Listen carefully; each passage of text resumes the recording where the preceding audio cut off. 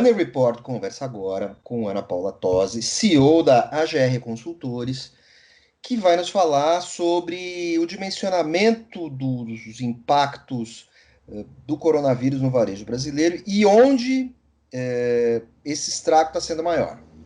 Ana Paula. Olá, tudo bem? A gente vem analisando os impactos do corona desde o primeiro dia da quarentena, e hoje está muito claro que os impactos estão muito fortes no varejo de têxtil, varejo vestuário como um todo, está tendo um impacto importante. Quando a gente fala do têxtil, a gente fala do têxtil e fala também da parte de calçados. Sem dúvida nenhuma, em todo o varejo que não é bem de primeira necessidade, existe um impacto significativo. As pessoas simplesmente param de comprar nesse momento, né? Então, acho que tem aí uma boa visão de como é que esses varejistas vão se reestruturar, até porque estão todos com suas lojas fechadas, quer sejam as lojas de rua, quer sejam suas lojas em shopping, né? Mas há uma demanda reprimida para isso, que eventualmente depois pode se recuperar, pode vir uma recuperação por aí. Não, sem dúvida. A gente está acompanhando na China, né? Tem o que a gente chama aí de um efeito ressaca, que é o consumidor no dia que você abrir as portas para o varejo, para o consumo. Existe, sem dúvida, uma demanda reprimida, mas muito mais uma ansiedade, na verdade, de sair, enfim, e fazer alguma compra e se sentir um pouco livre. Mas definitivamente não voltará a ser como era, porque o varejo físico, nesse momento que a gente está vivendo, ele vem se transformando para um varejo mais digital. Então, a gente está acompanhando as empresas que já tinham um preparo digital, uns chamamos de Omnichannel, nós chamamos de Anywhere Channel, quer dizer, a dimensão que você envolve o seu consumidor nas suas plataformas físicas e digitais, ela cresceu muito nesses dias, com a migração daquele consumidor que ainda não era um consumidor digital, num consumidor digital, né? No início foi registrado um aquecimento muito curioso, mas explicável, do setor de farmácias e supermercados. Agora já se registra uma retração desses dois segmentos. Você acredita que, enquanto durar o isolamento, o varejo, o supermercadista e o setor de drogarias e farmácias, eles vão trabalhar numa espécie de movimento oscilatório, de onda, ou só ocorreu isso no início, no início do confinamento? Não, só aconteceu no início do confinamento e já era esperado uma pequena queda e agora ele vai voltar aos padrões normais, né? Absolutamente, as pessoas constroem os seus estoques de remédios, seus estoques de alimentos duráveis, enfim, os não perecíveis. E aí, quando você percebe que o mundo não vai acabar, você começa a fazer reposição. Como se aumentou muito o estoque, a reposição fica mais espaçada, mas vai voltar aos níveis normais, sem dúvida alguma. De novo, acho muito interessante a gente destacar, André, que assim, os varejos mais preparados, mesmo os varejos de supermercado e farmácia, alguns varejos já vinham com investimentos constantes na digitalização e na construção do seu ecossistema, né? Então, esses varejos estavam mais preparados para enfrentar também o primeiro boom de venda, que teve o primeiro boom de venda online. Nós acompanhamos aí as notícias no começo, um Pão de Açúcar atingindo, por exemplo, a sua capacidade máxima de entrega e aumentando os prazos do delivery para o dia seguinte, para 3 dias, depois para 7 dias. Esses prazos agora vão voltar ao normal. Mas essas empresas, esses varejistas que estavam mais estruturados para o digital, eles vão sair melhor da crise, porque o consumidor, eu sempre uso um exemplo aqui da minha vizinha, um casal de idosos, meus vizinhos, eles nunca tinham comprado nada online. E aí eu liguei lá outro dia, falei, olha, dona Cecília, a senhora precisa de ajuda? Eu estou indo no supermercado. Ela falou, não, estou arrasando no supermercado online, estou achando isso aqui o máximo. Então, ela basicamente gastou horas aprendendo e hoje ela passa horas se divertindo na navegação online, comprando uma coisa em cada lugar, né? Até porque ela sabe que a saída dela da quarentena vai ser bem mais longa do que a grande maioria das pessoas, né? e-commerce veio, chegou para ficar. Essa tragédia humanitária, essa tragédia sanitária, o coronavírus, estabeleceu um limite para onde, até onde isso pode ir.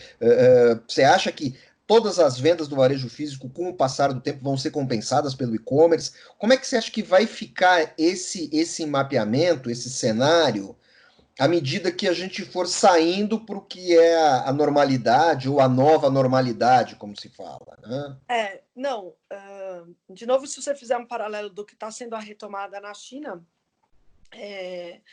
mesmo com a abertura do Starbucks ao normal, por exemplo, o consumo não voltou ao normal e a gente não acredita que ele vai voltar ao normal. Esse patamar não é mais o patamar 100%, esse é um patamar que vai ser um patamar novo chamado 80%. Até porque, como você colocou bem, acho que tem um novo patamar de consumo, tem novos hábitos que vêm por aí, e não existe ainda uma segurança total do consumidor. Até que ponto essa quarentena vai durar, quais são os efeitos, aí sim, quais são os ciclos que a gente ainda vai ter, né?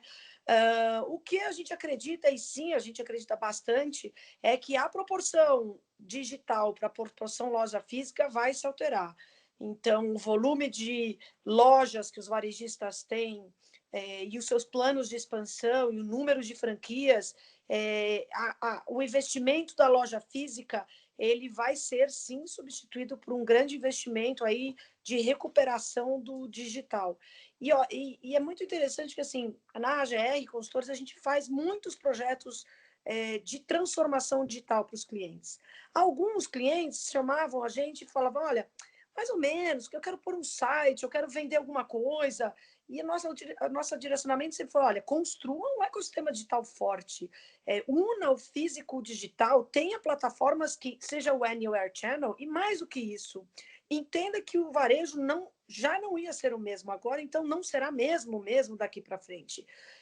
Você tem que se unir com outras operações de forma que o consumidor, quando entre para comprar um item no seu varejo, ele compre toda a jornada de consumo dele num ecossistema único, né? Quando a gente olha para o WeChat na China, e a gente trazia esse exemplo para vários varejistas, olhando, olha, eu dentro de uma mesma plataforma posso comprar a frutas, legumes e verdura, eu posso comprar a carne, eu posso comprar uma receita específica, eu posso comprar a sobremesa online, assim como eu posso comprar o pet shop vindo buscar o cachorro para tomar banho ou alguém que veio arrumar a casa para com a flor. Não importa, eu tenho que resolver o problema do consumidor como um todo.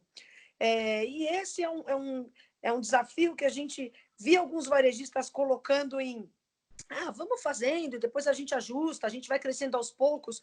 Então, a gente vai ter que, de fato, agora fazer um investimento de transformação digital do varejo e construção de uma estratégia de participação de um ecossistema maior do que a própria operação em que aquele varejista faz parte.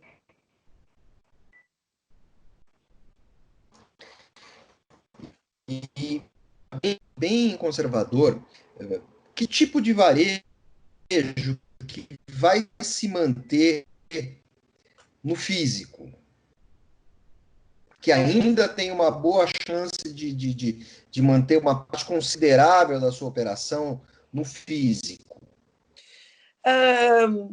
Em primeiro, a gente acredita que Oi? o varejo físico ainda vai existir, ainda tem uma longa vida.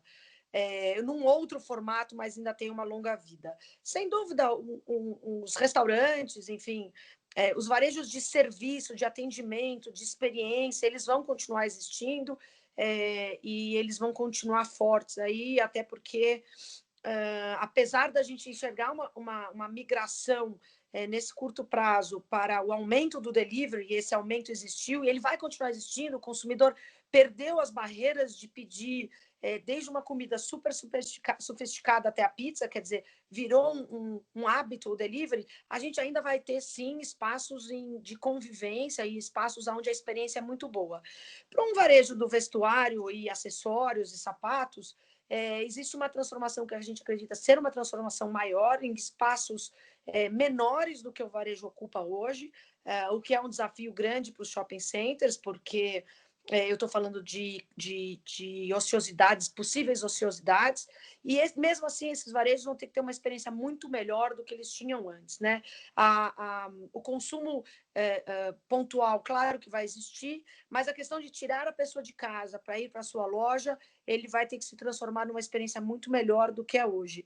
Os supermercados e FLV e produtos frescos, enfim, farmácias, os pontos vão continuar existindo, mas também a gente acredita numa diminuição do tamanho, porque vai ser um mix maior entre aquilo que você tem consumo recorrente versus aquilo que você compra pontual. O que é recorrente você vai ter no online, o que é pontual você vai ter na loja física.